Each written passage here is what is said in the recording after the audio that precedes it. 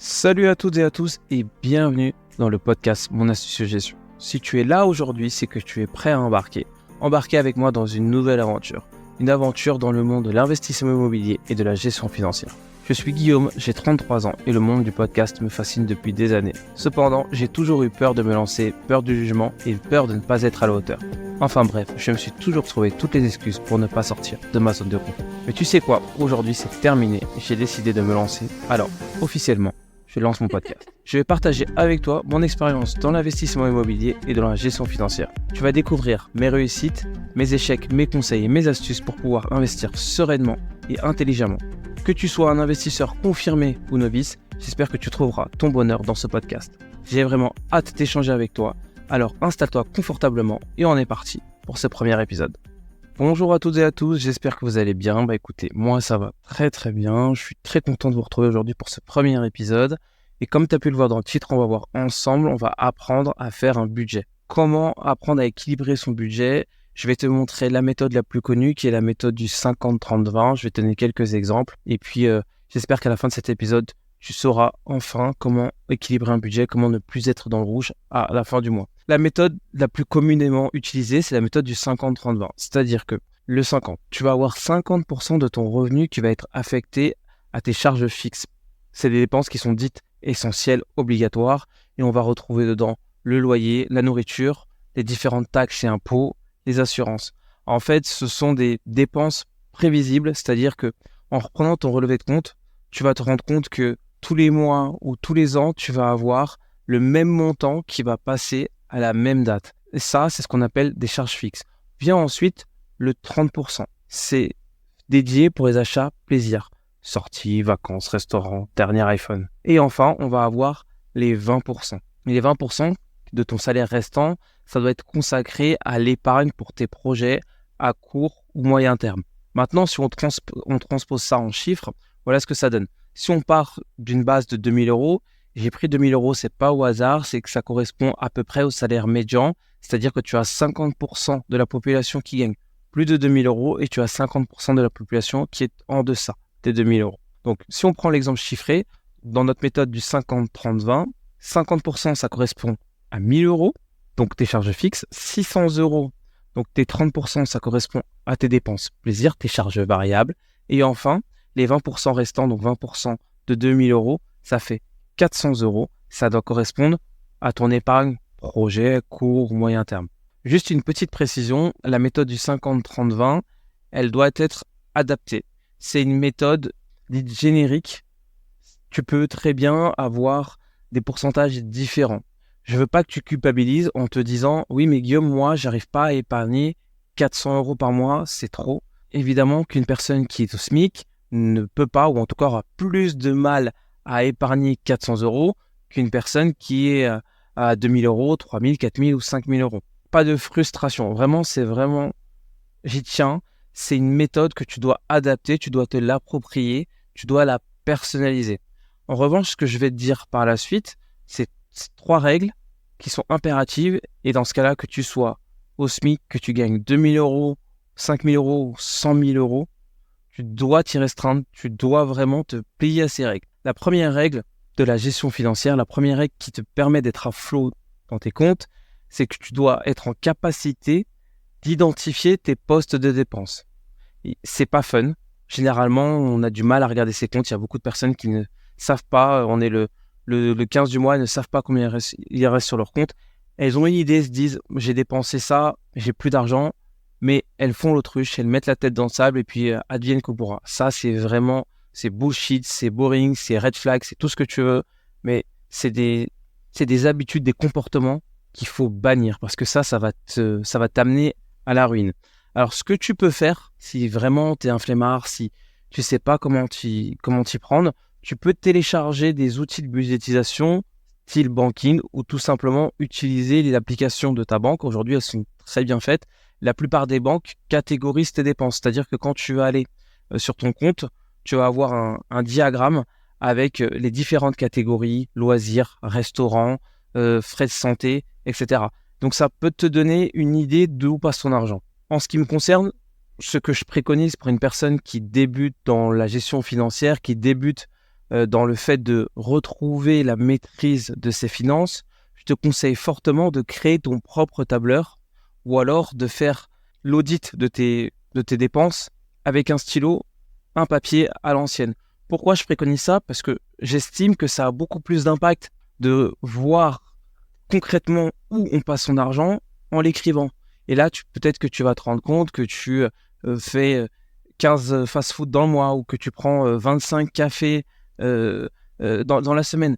Voilà. Donc ça, c'est très important et pour moi, c'est primordial. Pour résumer, la première règle, il faut que tu sois en capacité de faire un audit de tes comptes.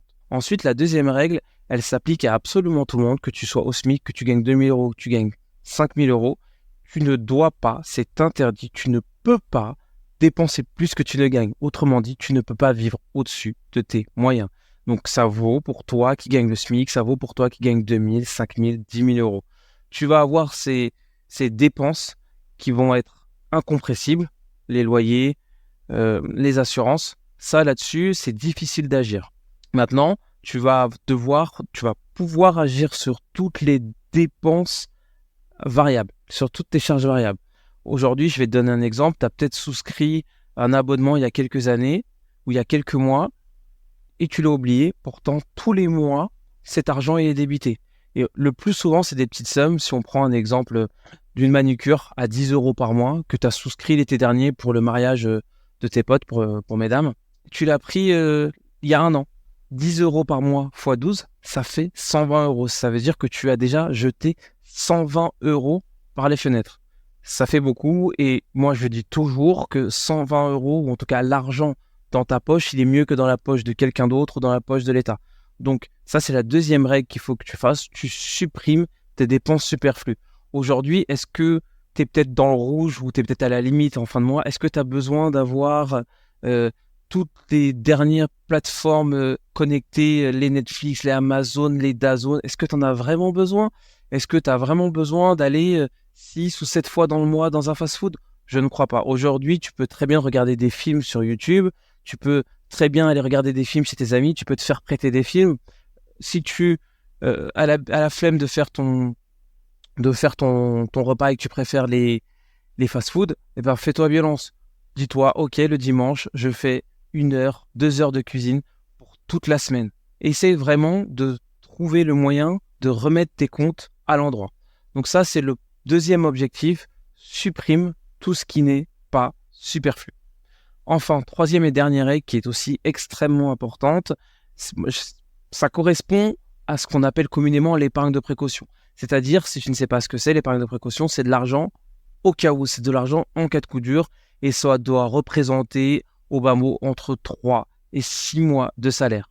Cet argent, tu dois pouvoir l'utiliser, tu dois l'avoir sous la main pour dépanner ta voiture ou en cas de perte d'emploi, de maladie ou d'autres coups durs qui te tombent sur le coin du nez.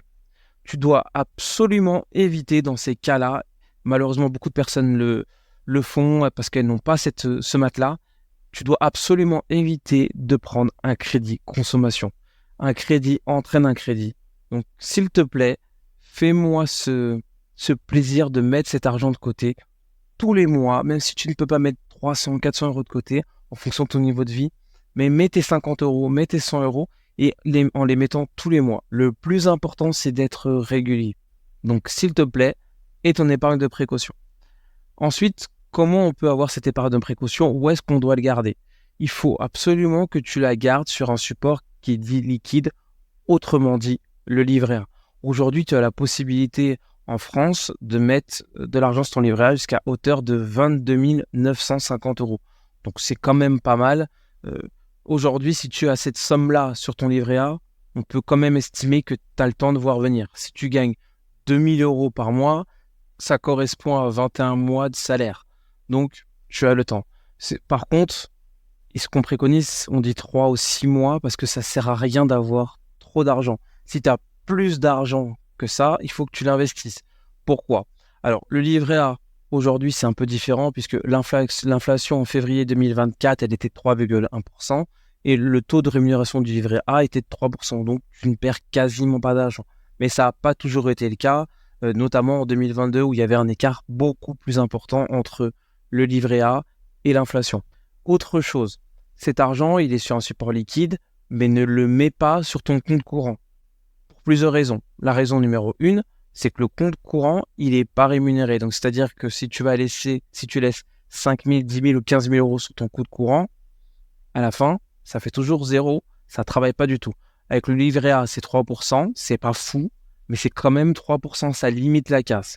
Ensuite, deuxième règle, et c'est pas la moins importante celle-ci, il ne faut pas laisser son argent sur son compte courant. Pourquoi ? Tout simplement parce que ta carte bleue est rattachée à ton compte courant. Si demain tu es amené, pour X ou Y raison, à perdre ta carte bleue, à égarer ta carte bleue, et que c'est une personne mal intentionnée à ta carte bleue, quand elle va aller faire les achats, elle va aller directement ponctionner sur ton compte courant. Et je te le donne dans le mille. C'est-à-dire que toutes les économies que tu vas mettre, le temps que tu as mis à économiser cet argent, cette personne, en une demi-heure, 1 heure, en fonction de ce qu'elle achète, elle peut, comme ça, vider ton compte. Donc, s'il te plaît, ne mets pas ton argent sur ton livret A.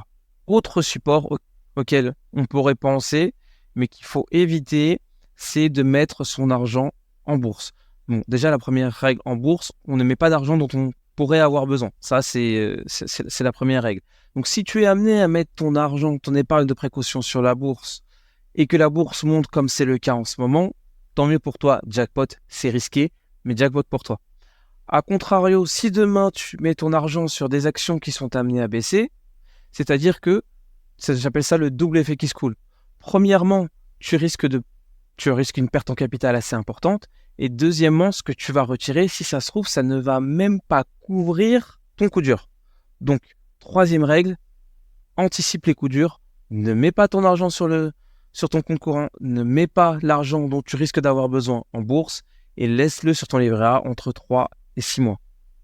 Voilà. Tu as à présent toutes les cartes en main pour faire un reset sur tes finances.